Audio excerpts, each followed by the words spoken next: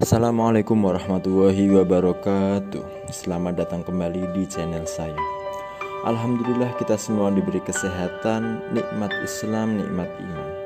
Kali ini saya akan membahas tentang ulama besar dari Madura.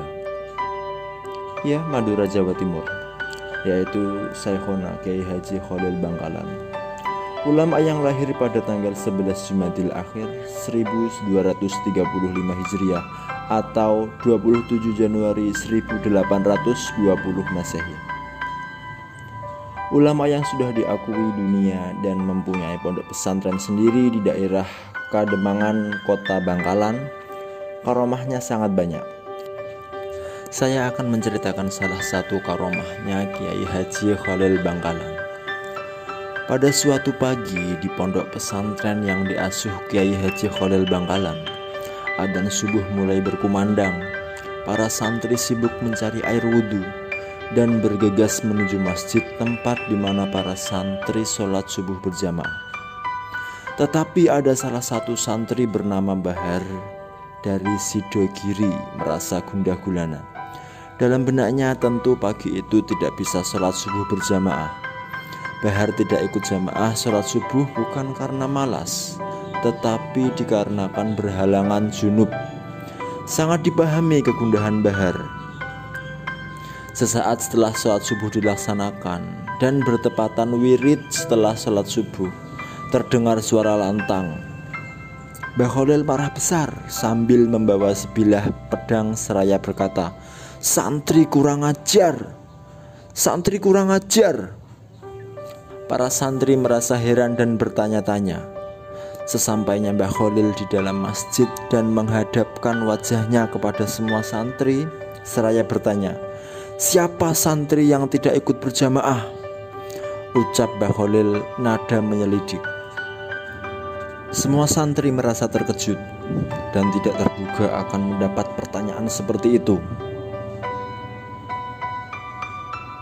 Para santri menoleh ke kanan, ke kiri, mencari tahu siapa yang tidak hadir, siapa yang tidak ikut jamaah sholat subuh.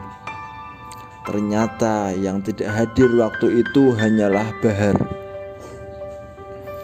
Kemudian Kiai Khalil memerintahkan mencari Bahar dan dihadapkan kepadanya.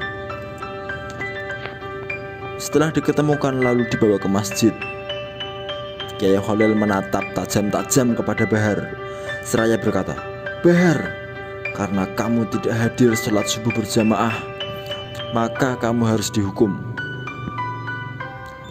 Tebanglah 2 rumpun bambu di belakang pesantren dengan petok ini." Perintah Kiai Khalil. Petok adalah sejenis pisau kecil dipakai menyabit rumput.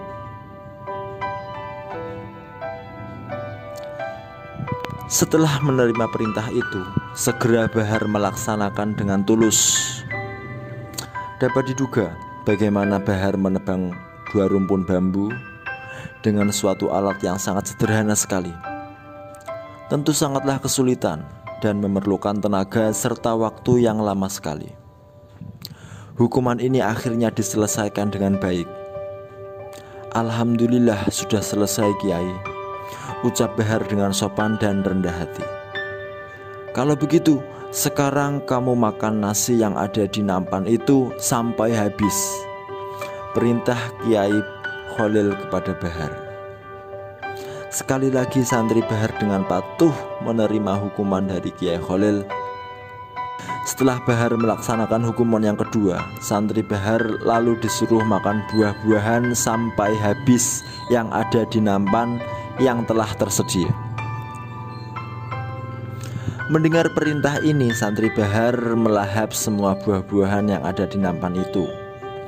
Setelah semua hukuman yang telah dijalani oleh santri Bahar di hadapan para santri, santri Bahar diusir oleh Kiai Khalil seraya berucap, "Wahai santri-santriku, semua ilmuku sudah dicuri oleh orang ini," ucap Kiai Khalil sambil menunjuk ke arah Bahar. Dengan perasaan senang dan mantap, Santri Bahar pulang meninggalkan pesantren Kiai Khalil menuju kampung halamannya. Kenapa sang Kiai Khalil bilang bahwa ilmunya telah dicuri? Ternyata santri Bahar waktu junub atau mimpi basah itu karena santri Bahar bermimpi tidur dengan istri dari sang Kiai Khalil. Oleh sebab itu Bahar dituding sebagai pencuri ilmunya oleh Kiai Khalil Bangkalan. Memang benar, tak lama setelah itu santri yang mendapatkan isyarat mencuri ilmunya Kiai Khalil itu santri Bahar menjadi kiai yang sangat alim yang memimpin sebuah pondok pesantren besar di Jawa Timur. Kiai beruntung itu bernama Kiai Bahar, seorang kiai besar dengan ribuan santri yang diasuhnya di pondok pesantren Sidogiri, Pasuruan, Jawa Timur. Itulah salah satu karomah dari Kiai Khalil Bangkalan. Mohon maaf bila cerita tadi kurang lengkap karena minimnya pengetahuan saya. Semoga bisa diambil hikmahnya.